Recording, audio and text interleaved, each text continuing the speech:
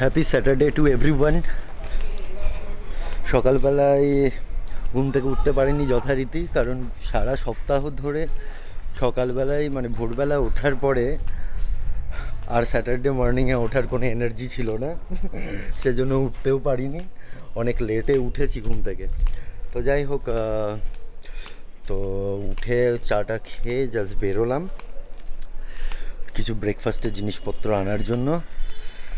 তো সেগুলো নেব, তারপরে বাড়ি গিয়ে তো অনেকগুলো কাজকর্ম রয়েছে, অনেক মানে কি বলবো, আমার অফিসেরও কিছু কাজকর্ম রয়েছে, তার সাথে পড়াশুনোও আছে কিছুটা।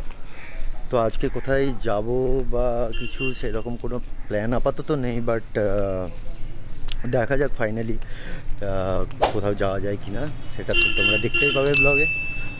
তো চলো আমি জিনিসপত্রগুলো নিয়ে নিই। ব্রেকফাস্টের জিনিসপত্রগুলো নিয়ে নিলাম, এখন বাড়ির উদ্দেশ্যে রওনা। তোমরা হয়তো ভাববে যে আমি এত আস্তে আস্তে কথা বলছি কেন বা সামথিং লাইক দ্যাট। আসলে শরীরে প্রচণ্ড ল্যাদ, সারা সপ্তাহটা মানে এনার্জি নিয়ে এত দৌড়ঝাঁপ করার পরে তারপরে শনিবার দিন আর মনে হয় না যে মানে কিছু করি, বাট শনিবার দিন আমার অনেক বেশি কাজ থাকে, বাড়ির কাজগুলো বেসিক্যালি পড়ে থাকে, তো সেগুলো করতে হয়। তো যাই হোক, বাড়ি যাই, তারপরে কাজগুলো করি। আর ভালো লাগছে না, বাইরে এতটাই রোদ্দুর ছিল, মানে কি বলবো, মানে তাকাতে পারছিলাম না ঠিক করে। সেটা তোমরা ক্যামেরাতে দেখতেই পেয়েছো যে কি অবস্থা। মানে বর্ষা আসার কথা ছিল, মানে ঢুকে গেছে এরকম একটা ইনফরমেশান আছে, হয়েছেও একদিন বৃষ্টি, কিন্তু তাতে গরম কিছুটাই কমেনি, মানে কিছুই কমেনি। আর এখনও সোয়েটিং হয়ে যাচ্ছে, এত হিউমিডিটি, মানে কিছু বলারই নেই। যাই হোক,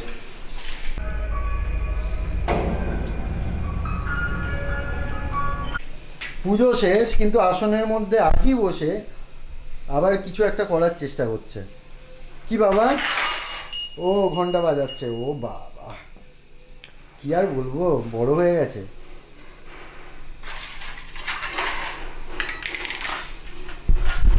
বিকেলবেলায় আমরা বেরিয়েছি একবার বাজার, কারণ আহির কয়েকটা জিনিস কেনার আছে, ওই ছোটো ছোটো ক্লিপ গার্ডার এরকম, কারণ ওর সব ছিটতে ছিটতে সব শেষ হয়ে গেছে। তো ওর জন্য দেখলাম একবার ঘোরাও হবে আর কিনে আনাও হবে, তো ওর জন্যই একবার বেরোলাম। আমাদের সোদপুর স্টেশনের কাছে একটা বজরংবলীর মন্দির আছে, তো ওখানে একবার প্রণাম করে তারপর যাচ্ছি, কারণ যখনই ট্রেন থেকে নামি বা যাই তখন প্রণাম করে যাই। তো দেশপ্রিয় বললো আজকে শনিবার এখানে একবার প্রণাম করে যাই, চলো।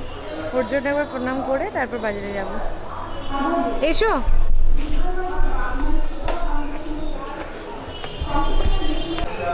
আর এই যে দেখছো আহির মুখ চোখ পুরো একদম ইয়ে হয়ে আছে, উস্কো খুস্কো চুল হয়ে আছে।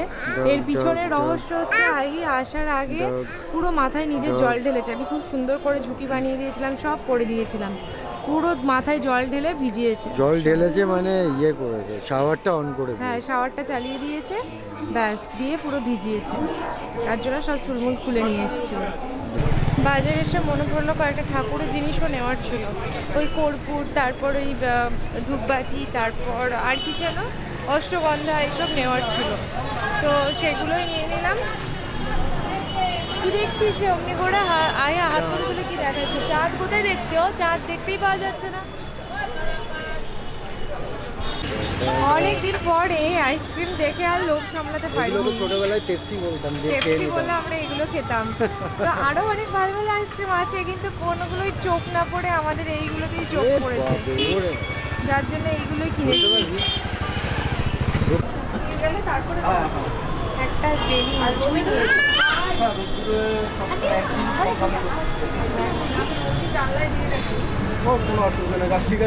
মনীষায় শ্রীনিকেতনের পাশে একটা ছোট নার্সারি, যেখান থেকে আমরা আগে জেড ট্রি নিয়ে গেছিলাম, সেই নার্সারিতে এসেছি আমরা। তো অনিশা কিছু একটা নেবে বলে প্ল্যান করেই রেখেছে। তো যাই হোক, এখন দেখা যাক যে কোনটা নেই। এর থেকেও বড় নার্সারি ওদের একটা রয়েছে একটু দূরে, বাট সেখানে আলাদা করে যেতে হবে। আহি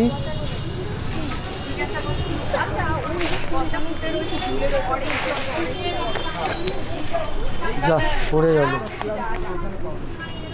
বাড়ি এলাম, ফ্রেশ হলাম, মানে ফ্রেশ মানে ড্রেস চেঞ্জ করলাম। এখন একবার যাচ্ছি ছাদে, কারণ আজকে পূর্ণিমা, খুব সুন্দর চাঁদ উঠেছে আজকে, তো ওর জন্য যাবো একবার ছাদে। ছাদ থেকে একটু ঘুরে আসলে মনটা ভালো হয় বেশ, মানে আমার তো হয় পূর্ণিমার দিন বেশ ছাদে গিয়ে চাঁদ দেখলে খুব ভালো ভালো লাগে। আর চাঁদ দেখতে গিয়ে আমি আমায় দেখে ফেলেছো? তোমায় দেখে ফেলেছি। বাহ, এই দেখো দেখো বিড়ালটা এবার দৌড়াদৌড়ি করছে। ছাদে এলাম আর এত সুন্দর মুনটা দেখা যাচ্ছে যে কি বলবো, পূর্ণিমার দিন ওর জন্যই ছাদে আসা, বেশ মনটা ভালো হয়, ফুরফুর করে হাওয়া দেয়, আর মুন লাইটে পুরো ছাদটা পুরো আলো হয়ে থাকে। আর এই যে একটা বিড়াল ঘুরে ঘুরে দৌড়ে দৌড়ে বেড়াচ্ছে, আহি কাকিমার কোলে।